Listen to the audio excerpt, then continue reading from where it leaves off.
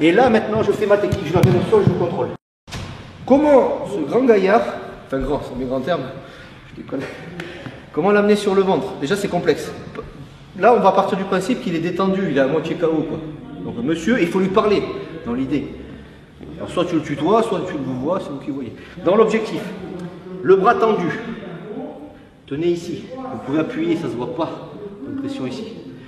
Le coude, le tibia derrière le coude. Pas sur le coude. Vous pouvez faire sur le coude, mais il va y laisser un bras. Hein. Derrière, ici. Point de pression, il y a les tendons de Golgi. On frotte ici, il y a un point de pression. Le tibia. Si vous êtes trop loin, il va avoir du mal à tourner. Vous risquez de lui casser le bras parce que lui-même ne pourra pas tourner. Vous mettez ici. L'objectif, c'est de faire ça. Ne vous trompez pas de jambe. Bim. Verrouillez ici. Le tibia ici, très proche de lui. Et là, vous testez déjà doucement, sans l'éjecter. Normalement, bah, ça c'est militaire.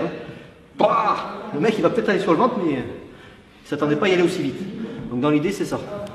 Voilà, réaction, et on recommence. Doucement. Il souffle. Et on recommence. Regardez bien, ça c'est de la précision, c'est pour ça que c'est pas facile.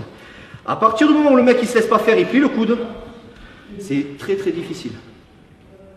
Vous pouvez essayer de faire autre chose. J'en sais rien, adaptation, d'accord? Celle-là, elle ne marchera pas. Il faut vraiment que le mec il plie. Détends-toi, voilà, là, ça part. D'accord? Dans l'idée.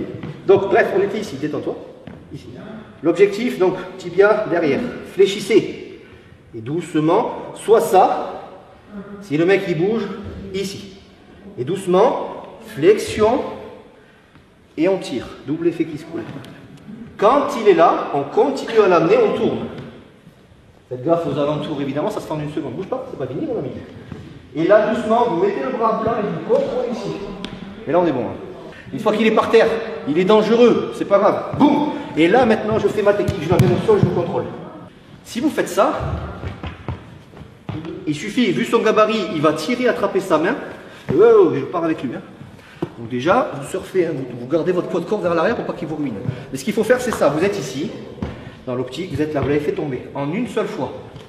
Stop. Là, je suis positionné. Je suis calé. Voilà. Si vous faites, c'est normal, hein, si vous faites ça, lâchez et cassez-vous. Ça ne marche pas. Il faut que votre plan A, B, C ou D, il y a 2-3 secondes pour qu'il fonctionne. Ça ne fonctionne pas, ne cherchez pas plus. Faites autre chose. Trop risqué sinon. C'est un conseil. Donc, je suis là. Et là, j'en profite pour tendre. Je mets ma deuxième main. Et en une seule seconde, je suis là. Et là, je suis positionné. Autre chose, plus vous êtes haut, et plus le mec va se barrer. Plus vous êtes au milieu, et mieux c'est. On essaye? Si tu souhaites aller encore plus loin, à savoir décupler tes connaissances en self-défense, devenir confiant et efficace en situation réelle, mais ce que je t'invite à faire, c'est à cliquer juste ici. Formation offerte, ou encore sur le lien qui est en description juste sous la vidéo.